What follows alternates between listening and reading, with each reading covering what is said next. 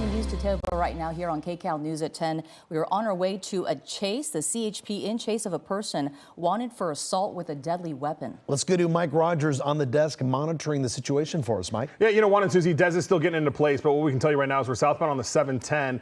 Your next major, we're actually just passed through, essentially through the 5 freeways. We're going south. This started in Chino with Chino PD. We're now in the Bell Gardens area going over Florence.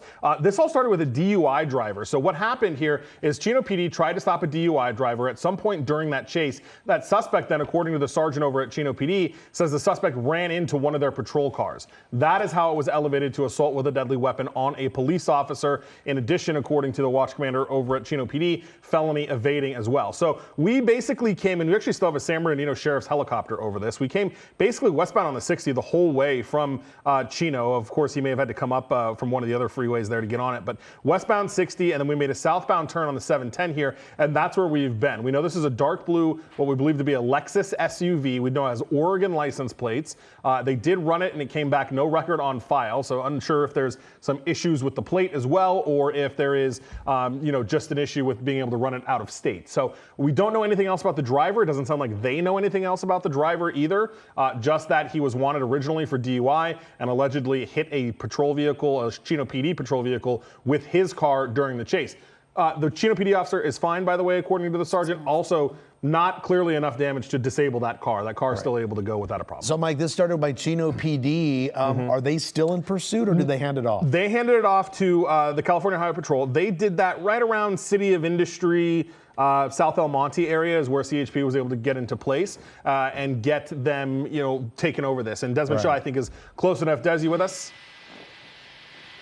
Yep, I am with you now as we are just about overhead on this one. The driver not going too fast on this, which gave us kind of the opportunity to catch up with this one here.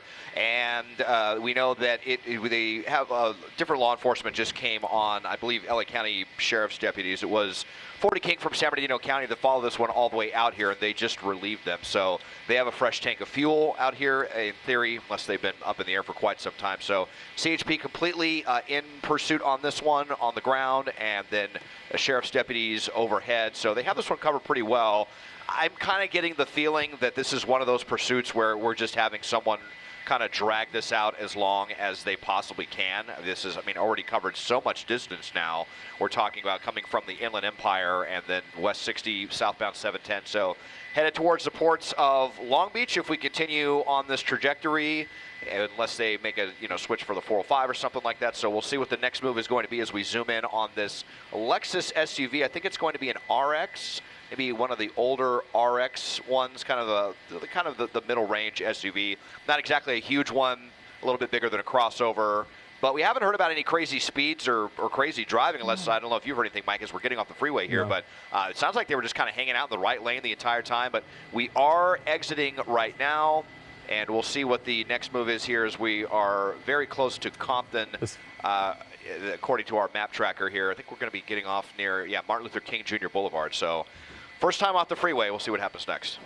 Yeah, this person originally wanted for a DUI. That's what we're commenting on the driving itself. We haven't seen anything reckless or anything that might indicate that this person is driving under the influence. But we have seen that too, where they drive completely normal and they are intoxicated in some fashion. So we'll see what happens here. But the CHP now in chase. The Chino PD originally pulling this person over for DUI, and then they actually ran their car into a patrol car, one of the Chino PD police patrol cars, and now it's turned into an assault with a deadly weapon with the CHP behind this person on surface streets. We took the freeway, though, a lot. Westbound. The South 710 freeway to the westbound 60, or I'm sorry, from the westbound 60 to the southbound 710, but looks like they're not driving incredibly fast, as Desmond was talking about, at high rates of speed. It looks like they are going through some intersections, not red lights, though. Desmond, you've been over it for the last few minutes or so, and just to add on to what Susie was saying, this driver going, 40 miles an hour right now, looked like they weren't doing any crazy maneuvers on the freeway. Is that what you saw the entire time you were up above? Yeah, I mean, not just from what we've seen, but what we had heard as well from CHP. All of the indications were, definitely one of these kind of more docile as far as pursuits go, and as far as any kind of tactics or anything. So let's see. We're going into a neighborhood now off Harris Avenue and Martin Luther King Jr. Boulevard. We'll see if CHP. A lot of times they do not hesitate to get in there with the pit maneuver if they have the opportunity. They may just want to bring this one to an end, and the whole thing with the assault with the vehicle definitely makes the authorities take things quite a bit more seriously. Although as we've now seen just about all the angles of the vehicle, and I don't really see any damage, so I'm wondering if it was just kind of a tap or a very gentle push. It doesn't look like they plowed into a patrol car or anything that serious, but regardless, the authorities do take it very seriously whenever there's any kind of contact between their vehicles. So back out onto Martin Luther King Jr. Boulevard, just kind of doubled back around, and we'll see if maybe they're headed back towards the freeway, I think. But yeah, I mean, look at this, 20 miles an hour. There's a couple more police right there, or CHP, just kind of giving you an idea of the coverage that they have on this and how they keep everyone on the periphery of this one. So quite a few units involved in this one, ready all around the pursuit if the suspect decides to get out and run or something like that as they get ready to go underneath us again. And as we give you the angle of the vehicles that are pursuing the suspect. So we did get a little bit of a look in the passenger side. I didn't see anyone on the passenger side, but I did see a lot of stuff. Let's see if we can kind of get another look in there. It looks like there might be a lot of stuff in the passenger seat there. So maybe a bit of a messy vehicle as we're going under the 710 now. So now making our way eastbound, and let's see, they're kind of coming in like maybe they might try pit maneuver. This could be a decent street to do it here on Atlantic Avenue. They're looking for that clear path where there are no other cars in the way, no pedestrians out there. They're making sure that it's safe for their officers as well, and they're not going too fast. But they definitely have a plan here ready to go. You can tell because of the way that they're speeding up a little bit, and definitely keeping right behind this person. They haven't given this up. As we said, this started in the city of Chino with the Chino Police Department, and they're the ones who initially pulled this car over, and it was for DUI. And they decided that they're not going to stay pulled over, that they're going to hit with their car and a patrol car and then take off, and now it's turned into an assault with a deadly weapon, and that's why we're looking at that charge now. And you know what I'm wondering, Susie? We know that the car has Oregon license plates, so they're not familiar perhaps with the area. In other pursuits, you see the driver kind of head to familiar areas, maybe want to drop off the car somewhere they're a little bit more familiar with. This driver may be going blind, not knowing where he's going, as we're seeing here, just kind of going slow, maybe trying to figure out what they're going to do next. And again, that patrol car right behind him there, we keep thinking maybe, will there be a pit maneuver? Will anything happen here?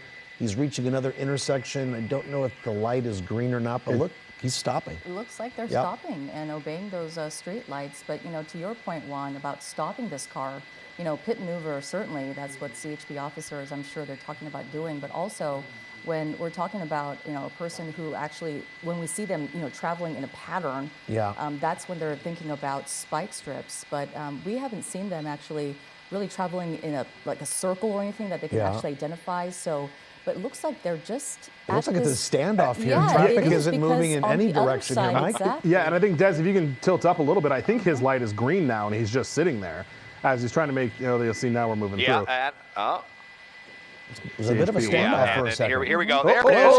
Great opportunity there for a pit. Yes, spinning them right around. Like I said, CHP that's a good one. Looking for the perfect opportunity, and that was a textbook one right there. The driver didn't even know what hit him, and that definitely did some damage to this vehicle here. So we'll see. It looks like that definitely stunned the driver. They're not making any very serious attempt to get away at this point, but not playing around this time. CHP not messing around. We'll see if we're able to kind of move around a little bit here, see if the driver comes out or what their next thing is going to be that they want to do.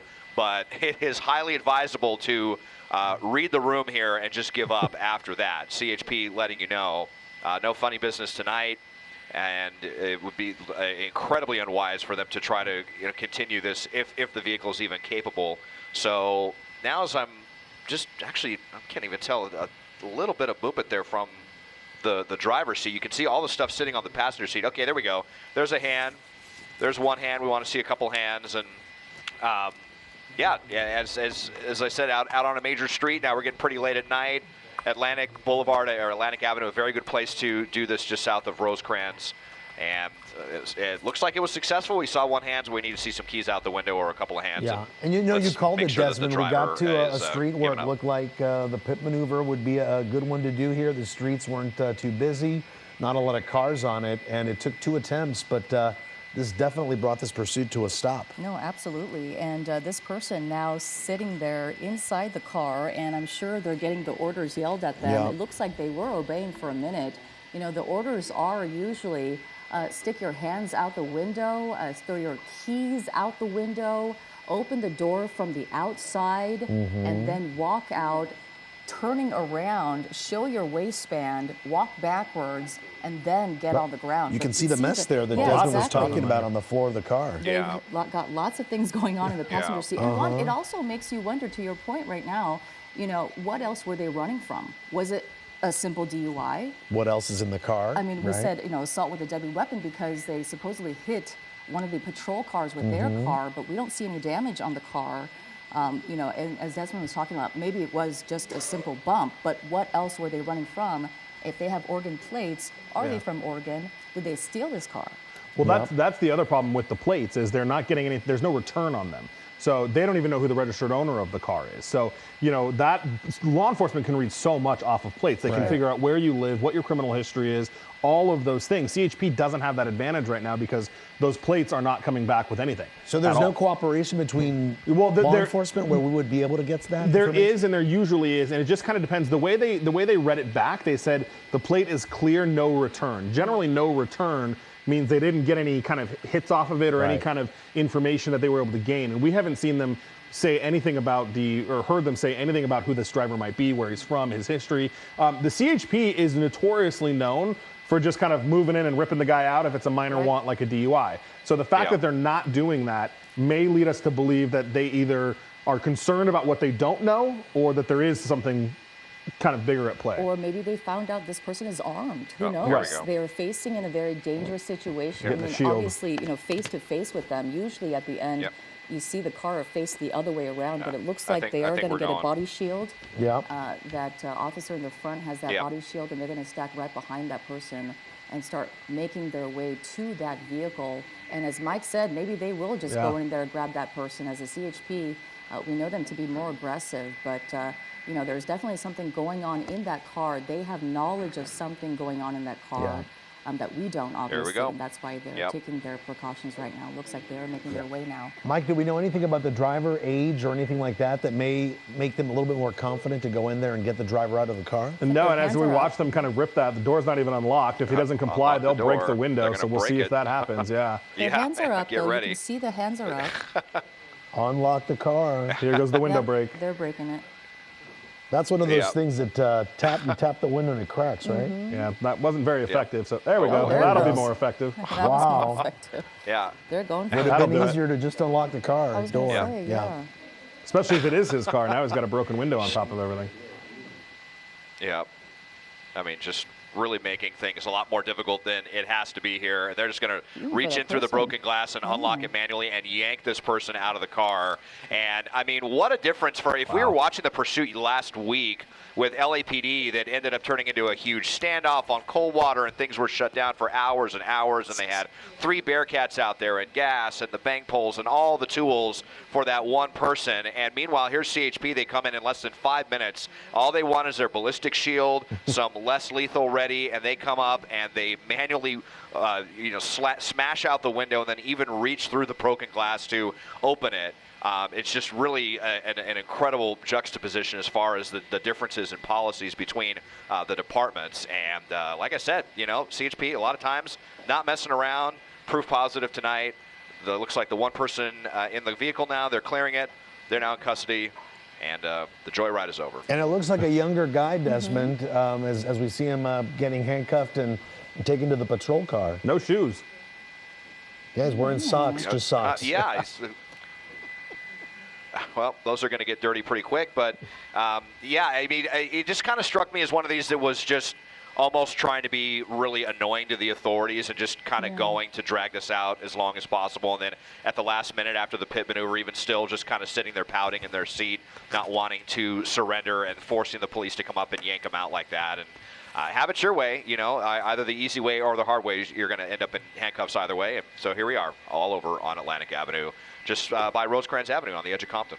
Yeah, and on the right side of your screen, you're watching that pit maneuver that was very successful, turning that car right around as it faced the other way. And then the officer going right into the breaking of the glass.